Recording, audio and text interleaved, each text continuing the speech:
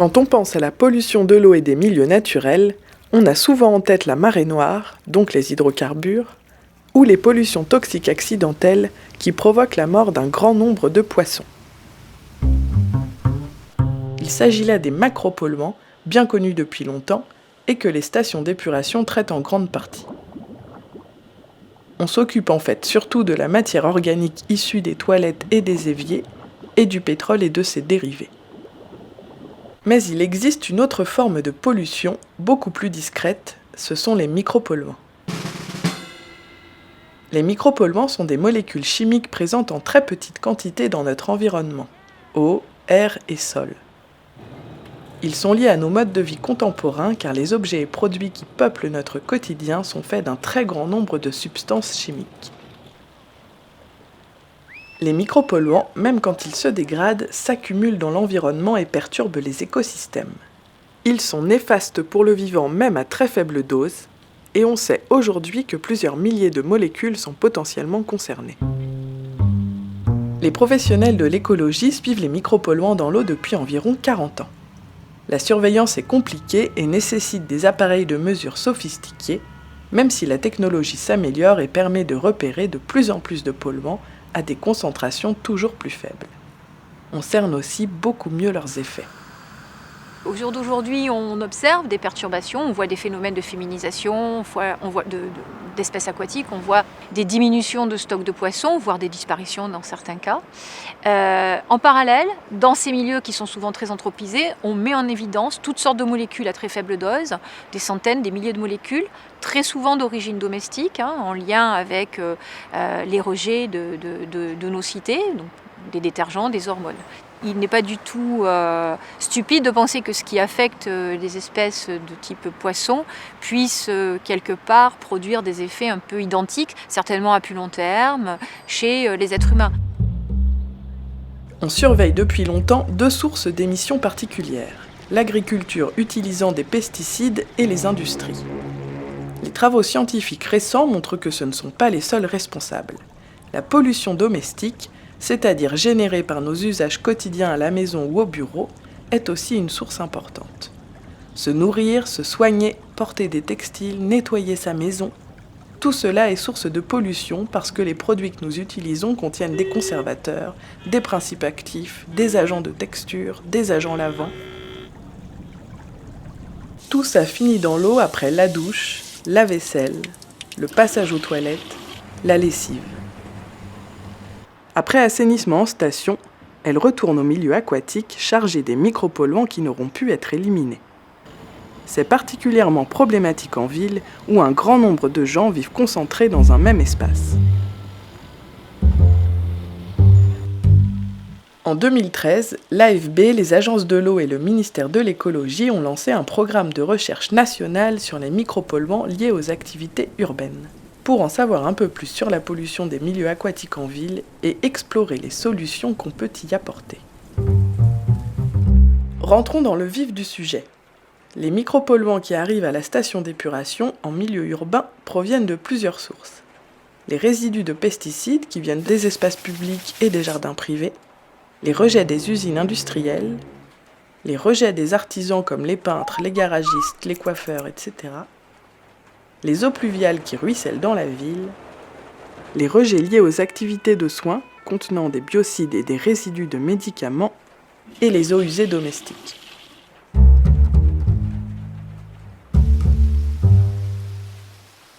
Une partie des micropolluants est traitée par le système d'assainissement, mais une partie seulement.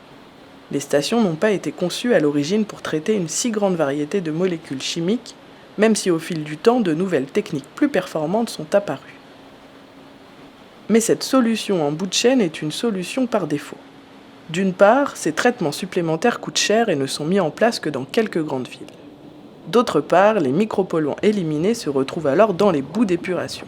Ces boues sont soit épandues dans les champs, soit brûlées, ce qui pollue d'une autre façon. Et surtout, on ne s'attaque pas aux sources du problème, notre mode de vie.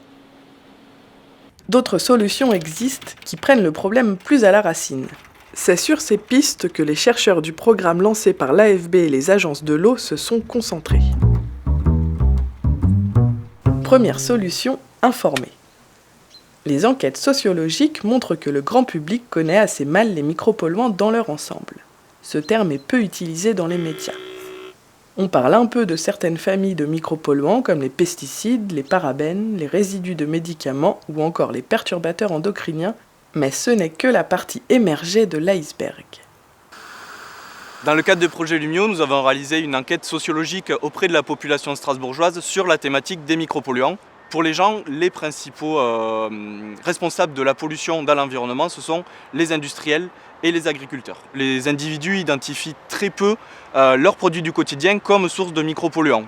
En effet, c'est vrai qu'on a du mal à s'imaginer que les produits d'hygiène, les produits cosmétiques consommés sur la peau par exemple, peuvent être nocifs pour l'environnement et potentiellement pour la santé humaine. Une autre conclusion, c'est que le changement de pratique, presque par principe, s'avère difficile. Dans tous nos produits du quotidien, le changement qui s'avère le plus accessible, c'est celui qui est lié aux produits ménagers. Tous les changements de pratique liés à l'hygiène, aux produits cosmétiques, aux médicaments via l'autoconsommation, ça soulève davantage de réticence. Sur la base des résultats de cette enquête, nous avons choisi de monter une campagne de sensibilisation à destination des Strasbourgeois pour les encourager à fabriquer leurs produits ménagers eux-mêmes. Alors là, on a voulu monter tout un panel d'outils de communication, des affiches, des guides, des relais par les réseaux sociaux, des spots vidéo diffusés dans les cinémas, des spots radio et des ateliers. Deuxième solution, montrer l'exemple au sein des collectivités. Les villes commencent à mettre en œuvre des actions à différents niveaux. C'est encore assez expérimental et diffus, mais on essaie. On tente d'une part de limiter la pollution des eaux pluviales. Première action possible dans l'espace public, développer des techniques pour gérer l'eau de pluie là où elle tombe.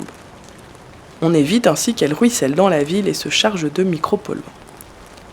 On travaille aujourd'hui à améliorer ces objets techniques pour qu'ils stockent mieux les particules toxiques.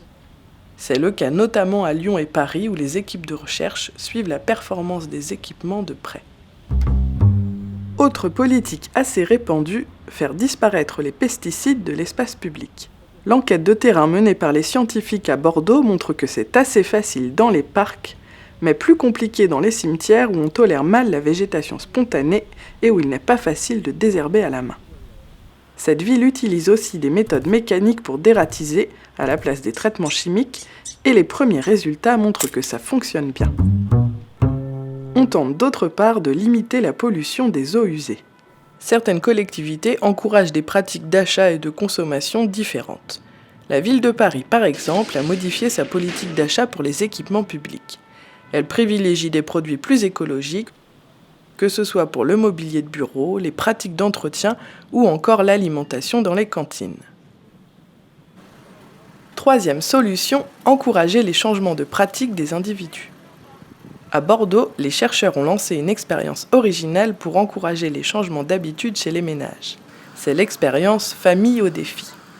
Donc en fait, l'expérience consistait avec les familles à suivre leurs pratiques quotidiennes et de voir avec elles de quelle façon elles pouvaient changer ces pratiques. Donc les familles avaient le choix entre diverses possibilités, donc soit de la substitution, c'est-à-dire remplacer leurs produits classiques conventionnels par des produits plus naturels, écolabellisés, certifiés, ou alors par des produits de type savon noir, vinaigre blanc. Donc ça, c'était la substitution. Ils avaient aussi la possibilité de faire de la réduction, soit de fréquence, soit de dose, soit de la diversité des produits utilisés. Et enfin, l'ultime, on va dire, changement, c'était carrément l'abandon des produits chimiques ou naturels ou quels qu'ils soient pour passer sur des pratiques complètement mécaniques. Et là, on peut citer comme exemple le lavage à la vapeur avec de la désinfection au passage et des changements au niveau du rasage ou de l'épilation avec l'abandon des crèmes ou des gels de rasage au profit d'épilateurs électriques, par exemple. Voilà. Au départ, les familles, on leur avait demandé de s'engager sur 2 changements, c'était l'objectif de notre expérience. Et en fait, d'elles-mêmes, elles ont évolué et leurs pratiques ont fini par aller jusqu'à 4, voire 5 changements pour certaines familles, avec plutôt, on va dire, de la substitution au départ, donc le remplacement par des produits naturels, pour aller jusqu'à la fin sur des pratiques vraiment mécaniques avec l'abandon de quelconque molécule chimique. Il faut par contre rester vigilant. La filière bio est certainement un mode de production plus vertueux, mais troquer un produit classique contre un produit bio ne résout pas automatiquement le problème de la pollution aquatique. C'est ce que montre l'étude menée par des chimistes parisiens. Lors d'une émission télévisée Envoyé spécial en 2005, il a été évoqué le lien potentiel qui existait entre cancer du sein et présence de parabènes dans les produits cosmétiques. À partir de là, les industriels se sont orientés vers 2 stratégies. Soit retirer les parabènes des formulations classiques, soit préférer des formulations bio. Donc ce qui nous a intéressé dans Cosmeto, c'était de regarder si ce changement de formulation avait une conséquence sur les effets à la fois environnementaux, mais aussi sanitaires vis-à-vis des consommateurs. Pour ce faire, nous avons regardé 3 produits d'usage courant, un gel douche, un dentifrice et une crème de jour. Dans chacune de ces gammes, nous avions des produits avec parabènes, sans parabènes ou bio. Les tests que nous avons appliqués, des tests écotoxicologiques, ont conduit au même résultat, à savoir le même type d'effet. Ce qui signifie que, bien que les gammes bio soient censées, aux yeux du grand public, ne contenir plus aucun additif chimique, ils contiennent le même type de molécules, ce qui explique les résultats auxquels nous avons été confrontés. Ces molécules sont ce qu'on appelle des conservateurs, qui étaient le rôle que jouaient les parabènes dans les produits cosmétiques classiques.